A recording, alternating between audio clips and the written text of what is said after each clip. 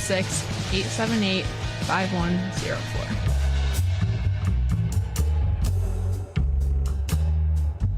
To join Mr. Hare on today's Living for the People, dial 878-5104. That's 716-878-5104. Or go to facebook.com/91.3 WBNY and comment there. That's facebook.com/91.3 WBNY. Courtesy Bright. All right, welcome to Living for the People. This is L. Nathan here, your host here for this next hour. Welcome you to our broadcast focused on providing you insight into events shaping our national and regional world and the facts behind those events and policies that are shaping our world for today and for tomorrow. Join us weekly on Mondays, Wednesdays, and Fridays from 9 a.m. to 10 a.m. following Amy Goodman's Democracy Now! Program. And, of course, our program is live, so you can call and you can join our discussion. We really hope that you will. Our number here again is 716-878-5104. That's 716-878-5104. We're here with Norm McCarter, who is our in-studio audience of one, our citizen representative. Welcome, Norm. Thank you, Mr. Hare. Good morning, sir. Norm has that broad perspective of citizens. And, of course, we have our genius who enables us to be able to live stream these programs and understands the information technology that supports it. Welcome, Willie H. Technology don't always work with you. You got to, sometime, well, I don't know, cuddle it. As long as we got you running back and forth, like you've been doing, losing 3 or 4 pounds while you're doing it. I think that's my exercise. You're right about that. That's probably a good thing. The audience needs to see you when you go through this so they understand what we have to do to get this program off the ground on time. Right? It's not easy, right? Yeah, sometimes. Well, when I come in late too, so if I. Well, see, I didn't put that in there. Yeah, you stuck that in there. Well, I tried to give you some forgiveness. I know you did. I know you did. So listen, I want to talk a little bit more about the situation that is going on in Palestine right now. And again, I just think it's important for us to have perspective. Norm, perspective is everything, right? Yes, sir. You know what I mean?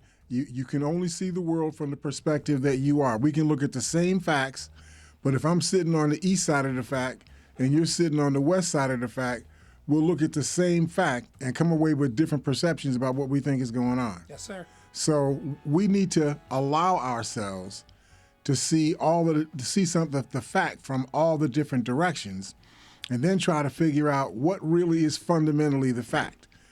And then how should we react to what is fundamentally the fact? So one of the things that I did was to try to understand, the much of the media that we have heard over the past 3 or 4 days talks about the Israeli War of Independence. I don't know if you all have visited with that, but when in your mind did you feel that there was a Israel that needed to be liberated from Palestine? Now, see, the citizen, he smirked when I said that because he never heard that before. He doesn't believe it right now.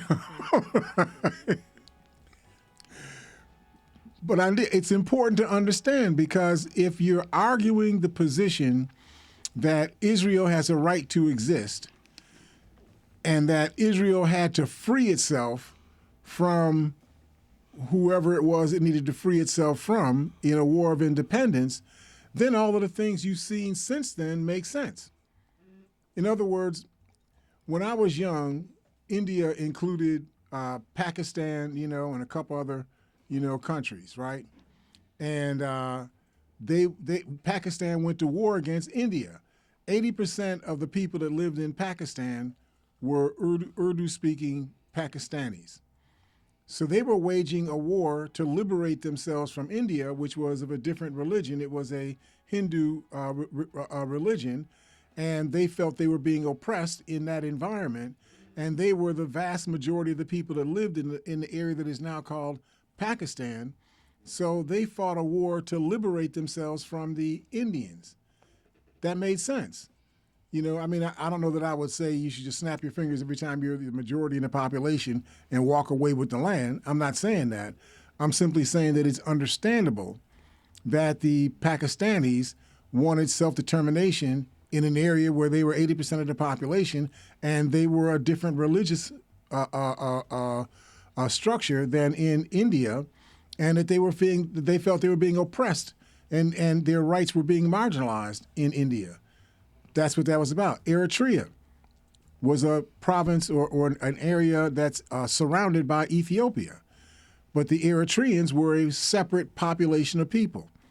They wanted to be liberated from the Ethiopians because they felt that they were not being treated equally in the Ethiopia that included Eritrea. They fought a war of liberation for 20 or 30 years, and eventually they were liberated from Ethiopia. Interestingly enough, they unliberated themselves, and now they're crewed with Ethiopia. But that's another story, entirely. The point is, these were people who were dominant in a land. They were the religious paradigm in that land. They were the political infrastructure of that land. They were the possessors of the land. They physically lived on the land. For them to free themselves from people who they felt were marginalizing them and oppressing them at least makes political, rational sense. But in Palestine, when did Palestine become a majority Israelite population? I know you don't have the answer, so I'm going to help you, right? In 1900, before World War II, only 13% of the people that lived in the Palestinian corridor were, according to the, people that do the United Nations, statistics and whatnot, only 13% of the people that lived in the Palestinian corridor were Jewish people. 86% of the people that lived in the Palestinian corridor were Arabs. And when we say Arabs, Arabs means people who are originally from the Arabian Peninsula, right? What we call Asia Minor, or the site of Saudi Arabia, the piece of land on which Saudi Arabia exists.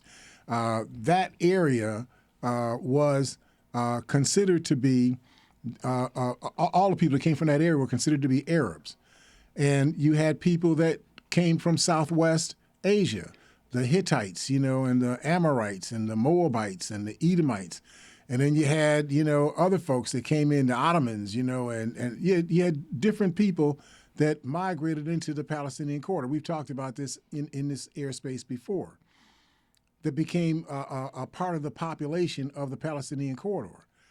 But during the time period between 1900 and 1947, the end of the World War II, and then all the armistices that were created, to settle the conflict, to legally settle the conflict in World War II. Over the course of that 48-year period, the many Israelites, or not Israelites, Jewish people were buying land in Palestine because they wanted to make Palestine theirs, to make it their homeland. And so it's understandable, right? I mean, we talked about this on Monday, the reality that anti-Semitism is not a Lebanese issue. It's not a Arabian Peninsula issue. It's not a Yemenite issue. It's not an Egyptian issue. This is I don't want to involve the Asian people, the Oriental people from Asia. I don't know what their feelings are about this, but the people from Eastern Europe to Western Europe, the people in North America and South America, anti-Semitism, if you mean anti-Jewishism, was the rule of the day. When I went to school, it was like normal conversation, and I know you all are a lot younger than me, but that was normal conversation. I don't know what the conversation is in classrooms today, but that was normal conversation in 1950, 55, 60, 65, and so on. So my worldview is that Jewish people felt they were under siege everywhere in the world. When Hitler moved his paradigm, to begin his empire building in the Prussian state that became Germany, Hitler used the Jews as the whipping boys, the scapegoat for everything that was wrong, in the world. It was those Jews that were the reason. And so punishing the Jews, getting rid of the Jews, became a rallying cry. This will put more money. Essentially, that's what it was implying. It'll put more money in your pocket if we get rid of the Jews, because they're the ones that are controlling all your money. They're the ones that are controlling all the business. You hear that stuff being said in the United States. I say this to you because the United States didn't react very well to the early evolution of the Nazi state. Even though they were projecting all of this Jewish stuff, and arresting people, imprisoning people, putting people in gulags, and so on, the United States didn't react to it. It wasn't until the United States territory at Pearl Harbor was attacked, then it became personal, and the United States began to react to what was going on, with World War II. My point in saying all of this is the Jewish people had a reason to feel unsafe in any European country, in any Eastern European country, in any Western European country, in any North American country, in any South American country. Jewish people had very good reasons to feel unsafe in those environments because this orientation, this attitude, what we keep referring to as anti-Semitism, although when I was growing up, anybody who was an Arab-type person was a Semite. So if you were Lebanese, you were a Semite. If you were Yemenite, you were a Semite. If you were Omani, you were, a Semite. Somehow, the word Semite has been reconstructed to only mean Jewish people, but it used to mean any of the Semitic speaking people in the world. But that's another discussion to have. The point is that the Jewish people had extremely good reasons to feel unsafe any place on earth. So being able to have a homeland where they could walk around in their own homeland and not be marginalized people in their own homelands, not have people being biased against them or prejudiced against them in their own homeland, made sense for that population of people. So they began to buy land in the Palestinian territories with the idea that someday they were going to acquire that land and turn that into the Jewish state. That's what they were on. After World War II, in the partition plan that was created by the United Nations, at that time, one report I have says that 32% of the people that lived in Palestine at the time of the armistice were Jewish people, and 62% of the people that lived in Palestine were Palestinian Arabs. 62% of the land that is Palestine was given to Israel, even though Israel was 32% of the population in Palestine.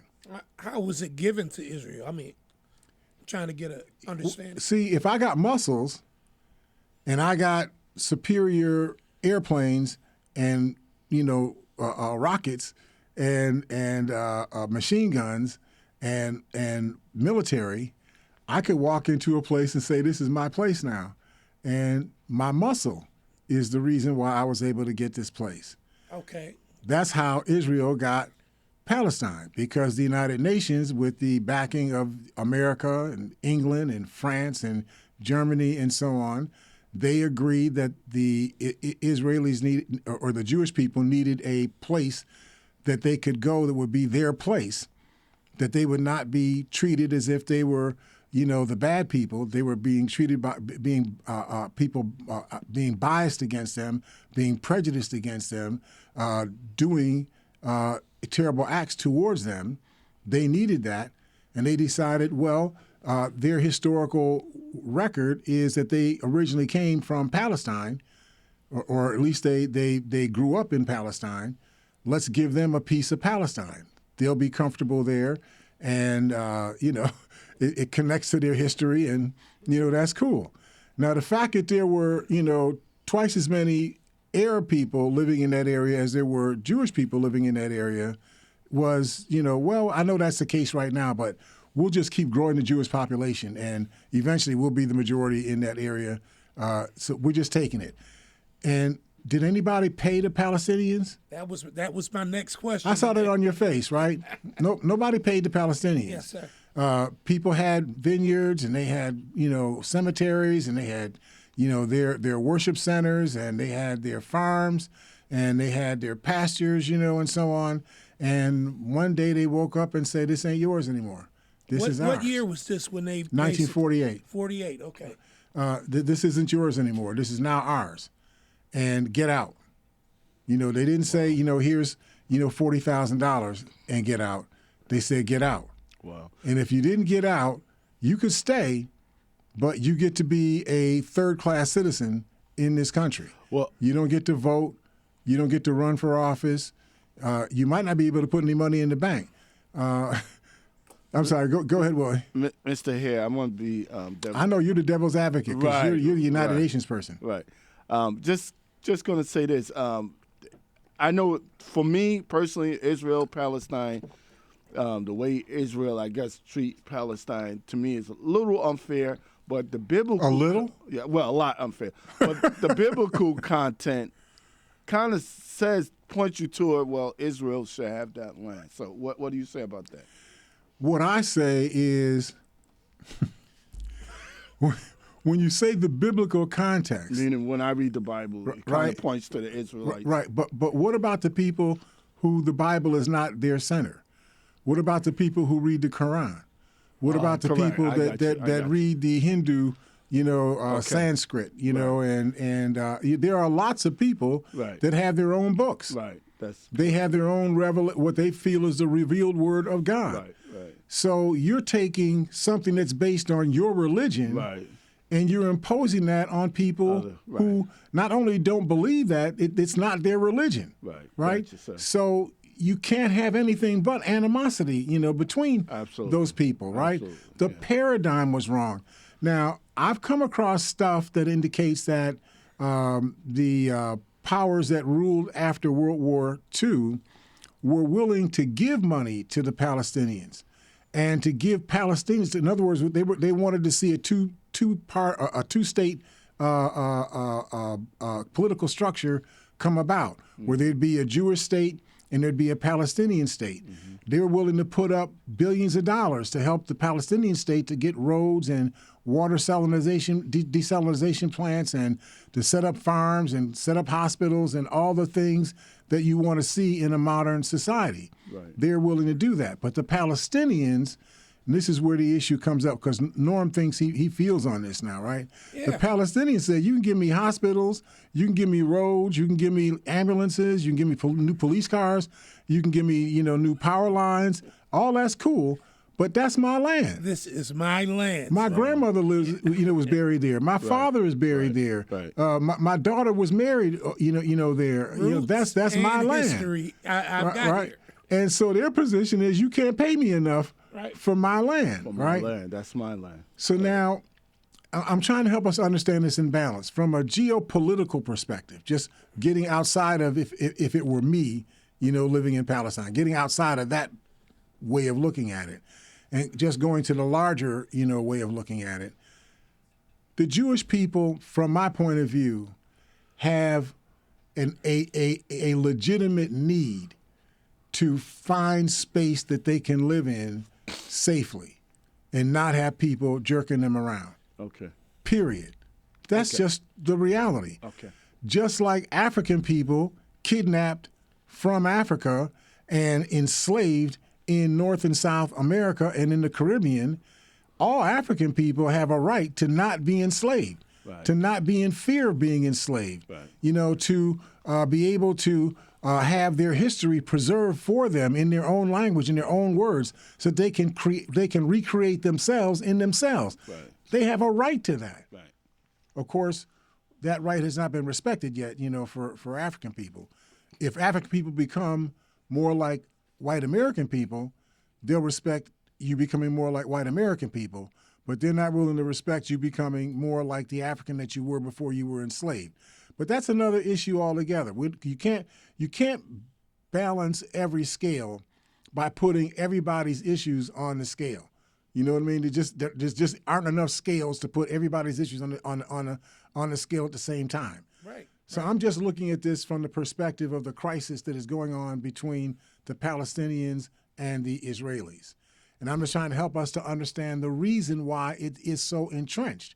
It's so entrenched because the Palestinians, for very legitimate reasons, feel that the physical land of Israel is Palestinian land. It's not Israel's land. You just came and imposed your will on this land. Then you run around in 1948 talking about you're fighting a war of liberation. How can you be fighting a war of liberation for land you didn't even live on? Wow. You weren't even there. Now they'll say, well, we were on our way there. You know, there was only 13% of us, you know, in Palestine in 1900, but by 1948 we were up to 32%, and we were on our way to becoming the majority and whatnot. They're not the majority today in that state. Go ahead. I just want to pose something. It might be a little funny, but how about this? What if all of the people of color that have been brought here all of a sudden felt that they were being persecuted because they were of color and they wanted their own land in the United States. And they went against the people of Caucasians, people that are not of color, and they wanted to kind of, I mean, I'm just saying it's kind of a similar situation. Norm, I know you teasing and, you know, you throwing out the devil's advocate stuff, but I want you to understand what you just said happened. That's what I'm saying, Mr. That's exactly what that physically happened here. Oh.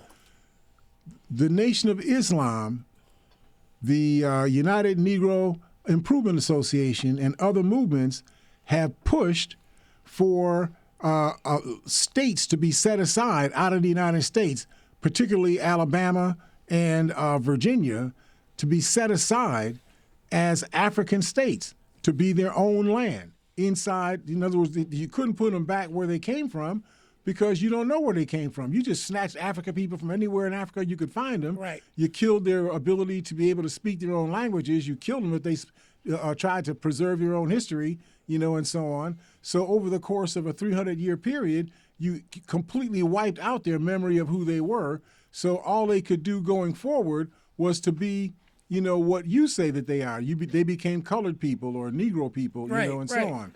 But they fought. There were fights in the United States for people trying to liberate states of the United States and turn them into black African states. It just seems, right. You know. Now, and I'm not saying that was the right thing to do. I'm just saying that the very logical thing that you said would be the outcome, that has been attempted in the United States. It was hypothetical, but in my mind, but I didn't know it already. It's important for understanding perspective. I believe we have a caller hanging on. Yeah, we got a call. Yeah, let me get that caller real quick. Hi, caller, are you there? Hey, how are you? All right, I hope we're making an ounce of sense here. Pardon? I said, I hope we're making at least 1 ounce of sense here. Oh, yes, you are. I just thought a better analogy might be the Native American here in America. Yep.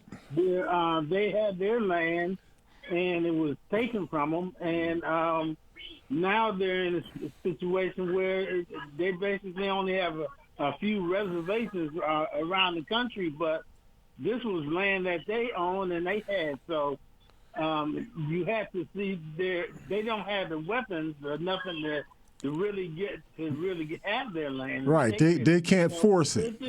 Right. So they're just in a situation. I don't think they'll ever be happy about the situation they're in, because so all Americans should ask themselves the question: what if the Native Americans were to rise up and say all that reservation land and all those territorial lands, you know, where the Utes lived and the Apaches lived and the Pueblos lived and so on, that's all our land. Right. Y'all get out. Right. Don't tell me about any roads you want to build and any hospitals you want to build. I don't want to hear that. Yeah. Y'all get out. We'll build our own hospitals and we'll build our own roads, right? How would you feel? Would you be okay with that if Oklahoma ceased to be a part of the United States? It became a part of an Oklahoma, nation and so on. Would you be okay with that? Of course you wouldn't be okay with that. Even though it was wrong, because you took this land from the people who were living in the land, you stole it, so you did wrong to get it, but you stole it 250 years ago. It's Right. 250 years You're have not gone gonna by give it up. since then, right? That makes sense, Mr. Hill. You know what I'm saying? At the end of the Right. day, what's on the ground is what's on the ground. You know that's. Hey, Mr. Hare, you know this is my brother calling right here. Oh, all right. How you doing there, brother? Not bad, not bad. Hey, I had thought about that a little bit before you, Wes, but I wanted to just go with something like totally off the page when I said what I said. But Okay. no, I'm just saying. Yeah. See, great minds think alike, Mr. Yeah. Hare, kind of.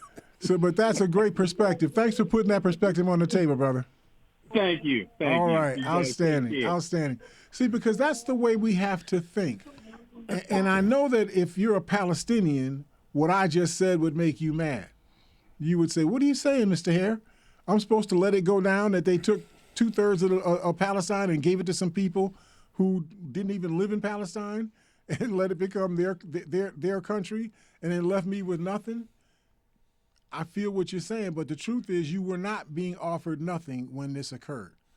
When this occurred, you were being offered clean water, water desalination, you were being offered roads, you were being offered hospitals, you were being offered schools, you were being offered, some cash accumulation in your bank accounts. I mean, there were some things that were being done that you could have seized on and had a Palestinian state already by now. But you decided that you were going to fight this war of annihilation, and how's that worked for you for the last 70 years? Mr. Hare, as we say, we know it hasn't worked, but who, if anyone, would have taken a deal to just let somebody move into their land and just it's almost like they'll give a little something. Norm, I'm a homeboy too, right? And I would have fought with every bit of my effort and life. I would have fought completely against this. Yes, sir. But we're not talking about Nate Hare and how Nate Hare would have felt about it. We're talking about looking at it from a historical, geopolitical perspective. At the end of the day, what is the deal at the end of the day when the curtain comes down and there's no more play left? What's left at the end of the day? At the end of the day, still no. At the end of the day, 62% of Palestine is now Israel. 38% of Palestine is now a Arab territory or Palestinian territory. Right. And Israel's got a modern state, with rockets and spaceships and nuclear weapons and roads and bridges and all that. And Palestine's, have, sparse populations or sparse vegetation, et cetera, et cetera. But Mr. Hare, at that point in time, nobody saw this. All you saw at that point back then was that this is your land and somebody's trying to move in and inhabit that land. I know the music is playing, but I'm not dissing people for the decisions that they made then. Yeah. I'm saying that we're not in then. Then was 1948. We're not in 1948 anymore. Bad things have happened. People have done horrible things. Theft has taken place. Robberies, kidnappings, and murders have taken place. Right. That's the truth. Yeah. But I can't change that. That truth has already occurred. All I can do now is figure out what can I do to help the people who live on Earth right now. Right. And if what you're talking about is not going to help people on Earth live right now, I'm not listening to you. Yeah, can't worry about that in the past. Didn't they have they had a war previously before they've had this? 5 wars. Five wars, this, yeah. right? So we've done Yom Kippur and Rosh Hashanah. We've done all this stuff, right? Mm-hmm. The reality on the ground is the reality on the ground. How can we make the reality on the ground better for the people that live on the ground right now? Doing what we're doing right now is not going to make things better. It's only going to make things worse. So let's listen to the music. Our sponsors would like us to talk to them instead of having Norm just talk, all over them. These poor people. So sorry, sir. So listen, hopefully you guys will stick with us on the other side of the break. We'll see you on the other side of the break here at Living for the People at 91.3 FM WBNY.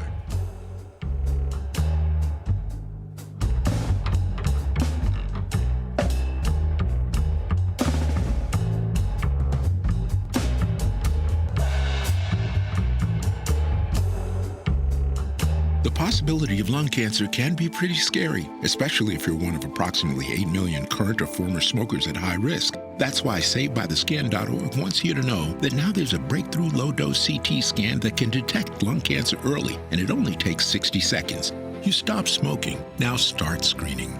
For an easy quiz to see if you're eligible, visit SaveByTheScan.org. It could save your life. SaveByTheScan.org is brought to you by the American Lung Association's Lung Force Initiative and the Ad Council. 91.3 FM WBNY is proud to present Democracy Now! With Amy Goodman. Welcome to Democracy Now! Award-winning investigative journalism. Is the NRA imploding? Providing relevant analysis that makes you think. Secret State Department documents, including evidence of U.S. war crimes. Fact-finding reports you will not hear elsewhere. Democracy Now! Airs Monday through Friday, 8 a.m. on 91.3 FM, WBNY, Buffalo. Ready for radio that's challenging, innovative, and encouraging? Tune in, Living for the People. This is L. Nathan Hare. Join me right here, 91.3 FM WBNY. Mondays, Wednesdays, and Fridays at 9 a.m. after Amy Goodman's Democracy Now! We'll provide objective analysis regarding current issues. Call 878-5104. It's Living for the People on 91.3 FM WBNY.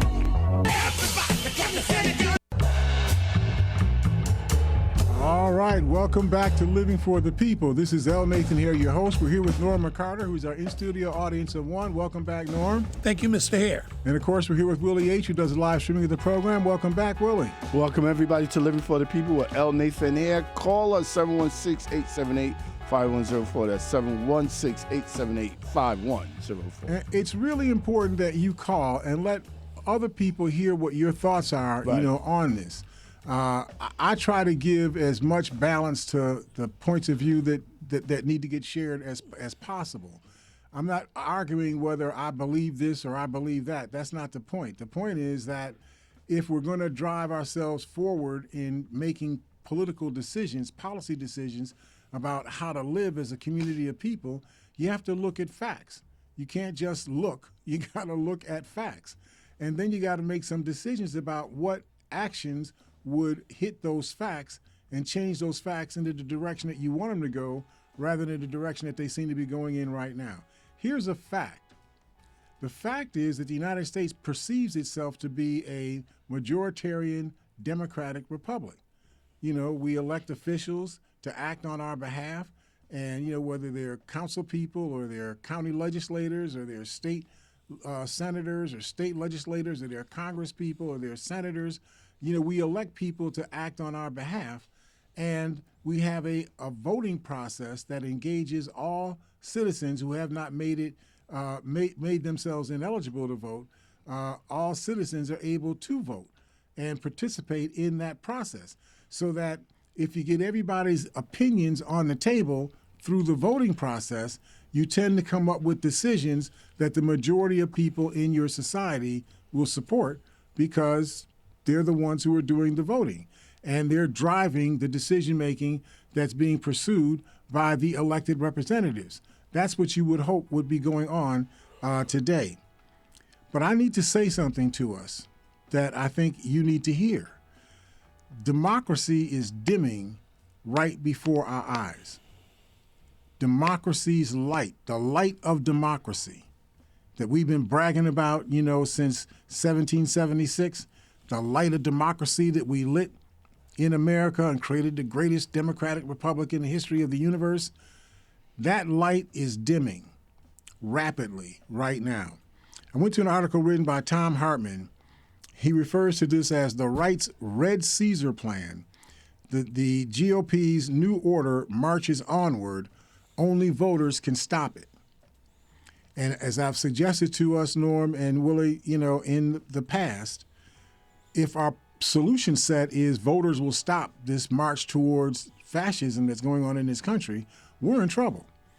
Because there's a humongous number of the voters in this country who want fascism, who want a strongman dictator to rule over them, so that we don't have to go through laws and, filters and, right and wrong and that sort of stuff. We can just say, I'm the boss and you do what I tell you to do. Yeah, right. So I don't want you teaching about, the history of how this country its economy was formed on the backs of African enslaved people, 4.5 million African people being enslaved at one time in this country.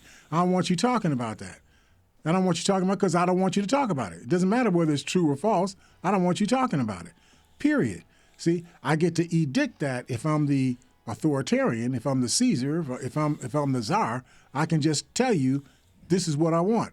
If I say that there's too many African people in Fulton County voting, and because of that, Donald Trump lost the election in Georgia, if I'm the boss, I can just say, well, your votes don't count. Okay, I know you voted 2 million, of the 5 million people that voted were you. We're just canceling your votes altogether. Tough, And that's what happens when you no longer have democracy. Yep. People just do what they want to do and impose it on you, right? 30 years ago, this is a guy named Damon Linker. He was doing an article for The Guardian magazine. He wrote this article 30 years ago. He said, if I told you that a bunch of billionaires and intellectuals on the right are waiting in the wings to impose a dictatorship on the United States, you would have said that I was insane. 30 years ago would be 1986, 1989, 1990, 30 years ago. If that was said to you at that time, that's not that long ago. You guys were grown then. You were college age then, right? Yeah. So if that was said to you, that there were these billionaires and autocrats waiting in the wings, and that they were going to take away your rights to vote and participate in the American democracy, and they were just going to put a dictator in charge of the country, you would have said, that's not true. We're the children of Ronald Reagan, and so on, right? Ronald Reagan was one of the ones to put us on this authoritarian track. So what he goes on to say is that he's a lecturer for political science for Penn State University. He's the author of a book called Notes from the Middle Ground Substack, which is a newsletter that he had developed. He said, but it's no longer insane. There are those people out there. He said, the question is, will they get their chance? The simple reality is that they already have had their chance in multiple red states that are controlled by Republicans in their majority, in their Senate and in their assembly and in their governor's house. And he says Republicans are inching towards full-blown fascism. They're actually calling for an end of democracy to replace democracy with a red Caesar. They no longer believe in elections, according to this article. He says Republicans have resorted to massive gerrymandering, purging voting rolls of millions of Americans who live in blue states, blue cities rather, within red states, and dark money TV carpet bombing ads, often filled with lies and half-truths. And when he talks about the Americans who live in purging the voting rolls of Americans who live in blue cities within red states, he's talking about places like Atlanta, places like Detroit, where Donald Trump and his minions actually went to those places and tried to have the election officials in charge of the elections in those jurisdictions to cancel out the votes of those African populations. Those are majority African districts. To cancel out the votes. They didn't want to cancel out all of the votes of people in Georgia, just the votes of the people in Fulton County where Atlanta is. So if we took their votes out, Trump would have won the state of Georgia. If we took their votes out in Detroit, Trump would have won Michigan, and so on. That's what's really going on. And if we don't understand what's happening and start to react to it, this was not a policy issue at the national level. This is people who are just workers or minions in the elections apparatus. You can't trust those people to be fair and operate under the law in administering the elections, because they're the ones who gave the voting machines in Georgia from I forgot the name of the county, but gave the voting machines in Georgia to some private outfit called Cyber Ninjas and let them manipulate the voting machines to see if they could be used to flip votes from one person to another. Go ahead, Norm.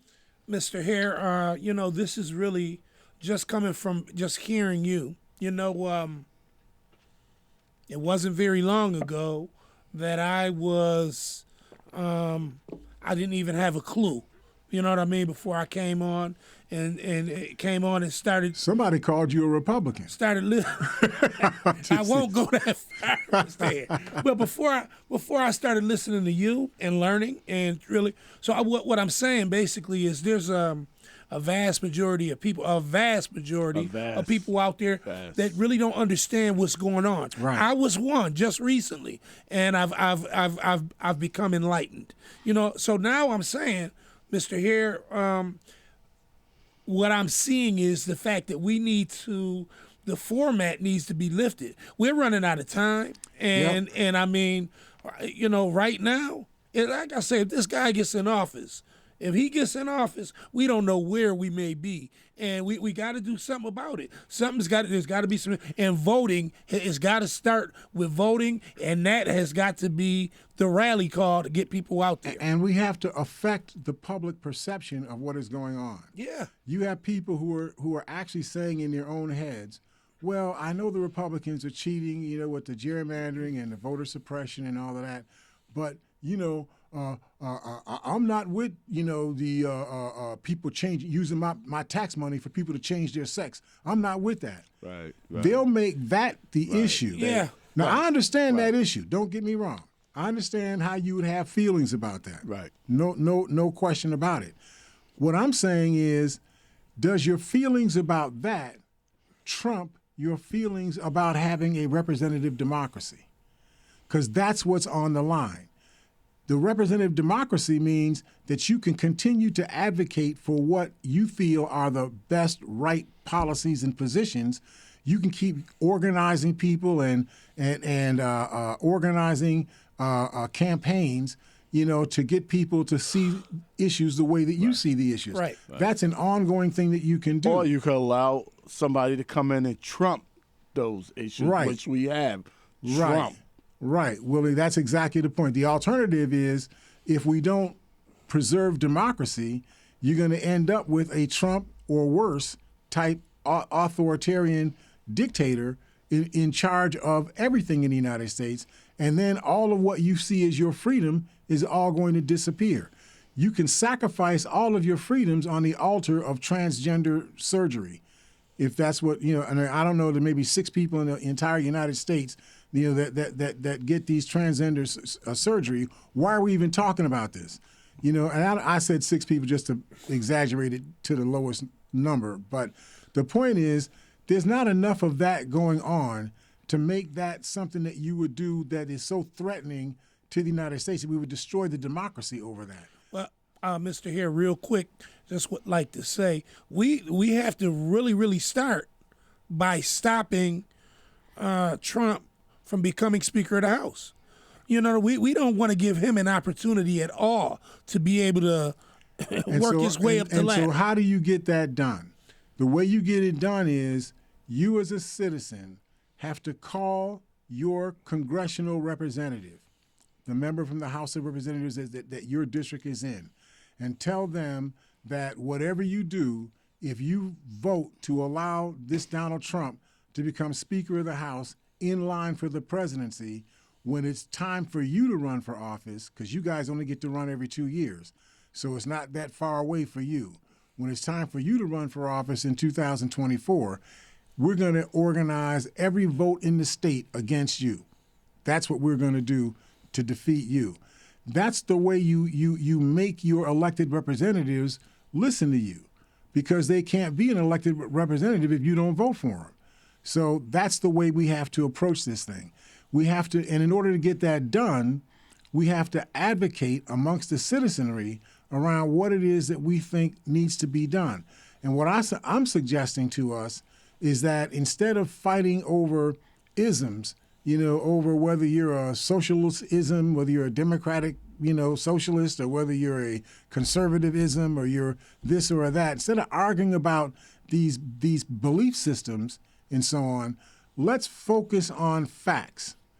The facts are, out of the first 1,000 people you're going to meet in the next month, out of the first 1,000 people that you're going to meet, how many of them are trying to get sex change surgery?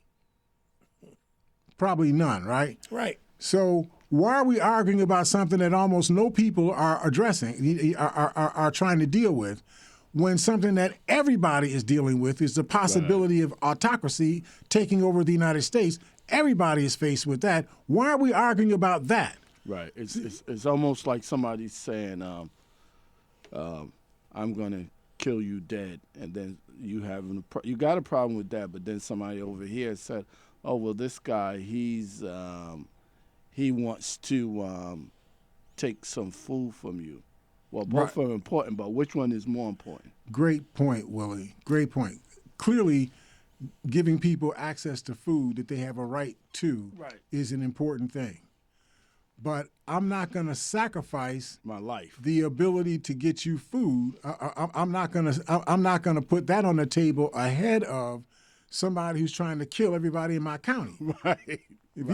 If you intend to kill everybody in my county, I'm going to kill you first. First, get rid of that first. Remember the paradigm that I sold you guys about the months dog. ago. That's right. If you out here and there's a dog who's right behind you with his growling and his mouth open and his teeth about to get you right in your keisters, and then there's 6 dogs across the street that are barking and selling wolf tickets like they're coming to get you. Which dog are you going to deal with first? The one whose teeth is about to climb into your rear end, or the one who's across the street? The one whose teeth are right next to me, that dog's in trouble. Right. I'm gonna shoot that dog. I'm gonna empty my gun in that dog. Okay, he's finished. But the dog across the street, the best thing he could do is run, because I am coming for him too. I'm just not coming for him first. I'm coming for him second. This is the way you have to process. We have to look at the factual things that are in front of us. All of our kids need to be educated. Do I need to sell this to you? Does it make sense to me to have to explain this to you? All of our children must be educated. Being educated doesn't mean that they go to school. Being educated means that they become persons who have learned a body of things that makes it possible for them to enter into the economy of the United States safely, without having to steal, without having to rob, without having to kill, without having to destroy. That's a definition of Satan. Why would you want to make your life revolve around the definition of Satan? That's just dumb, right? Everybody must become an educated person, not a person who went to school, but a person who became educated. If you see on Wednesday of this week that the things you taught somebody on Monday of this week didn't work, it didn't get into this person, you got to stop now. You got to bring something to the table now. Grab that person and sit them into a process, so by the time we get to Friday, the things I taught you on Monday, you are able to show that you've learned them by Friday. You cannot walk around this planet not knowing, not being able to function from an academic perspective in the world economy that we are now in. This is not, the Cowboys and Indians days. It's not about lassoing, cattle. This is not about just growing crops. This is about having to manipulate technology just to be able to make a car, to be able to make candles, to be able to do anything. You have to be able to manipulate technology. You can't manipulate technology if you can't read. Mm-hmm. You can't construct if you can't count. Right. So this has to be done. So these issues that you have about, she's over here talking about she's not a she, and she's not a woman, she's a him, her. So we're gonna not teach kids because this little girl over here is saying that she wants to be a him, her, or a cisgender, whatever the word. I don't even know what these words mean, right? But you're gonna not educate kids because of that issue. That's just stupid. Right? We've got to make ourselves focus on those things that are the fundamental realities that must exist in order for us to go forward. At the end of the day, I don't know, because Norm, you're a big guy. You could probably take in a whole lot of air with one breath. But I'm a littler guy. I'm tall, but, I'm a littler guy. And, I need a lot of oxygen, for me to breathe, and so if you keep killing all the oxygen with all this carbon dioxide you're putting in the air, all this methane you're putting in the air, you're making it hard for people like me to breathe, and I'm not feeling that, okay? I might fight you over this, okay? We may go to blows over the fact that you're not trying to help me to be able to breathe. Taking in a little too much air. And I mean, but just perceive that for a moment. Yeah. The thing that threatens every single human being on earth is your ability to breathe, your ability to have the ocean water stay in the ocean and not climb over the banks, of the continents and end up in the middle of the Mississippi River, right? We can't afford for that to occur. So everything that we need to do to defend against that, we should be doing that right now. Even if we don't like the fact that this person over here, wants to wear girls' clothes or boys' clothes or wants to change the color of their hair, they want to have purple fingernails or whatever. I don't know what it is that you all are so animated about. The fact that you want to change the cut of your hair doesn't affect my ability to read my books, doesn't affect my ability to respond to questions on a test. Right. It has nothing to do with me. Right. So why are we having death throes over those kinds of issues, but the issues that are affecting all of us, you're not doing anything about those issues? That's what I'm trying to help us to understand. Everybody who has young children, those kids that are preschool-age children, everybody who has preschool-age children is restricted in their ability to work because they have to have the ability to manage the reality of their children. So child care, particularly for preschool children, and half-day child care for kids that are in kindergarten, that kind of child care is necessary for virtually every family in the country, every one. So why aren't we focused on getting that done instead of saying, well, she's on public assistance and I don't want her to be able to have child care. She might even go to work and compete with me for a job. Are you crazy? Are you absolutely crazy? You don't want her to have a job? Are you just nuts? What is wrong with you? I mean, you follow what I'm saying? We've got to begin to focus on fundamental things. This Democrat, Republican, conservative, redneck, Freedom Caucus, all these things are just extraneous issues, right? They're not fundamental. The right to clean water is fundamental. The right to be able to trust our food is fundamental.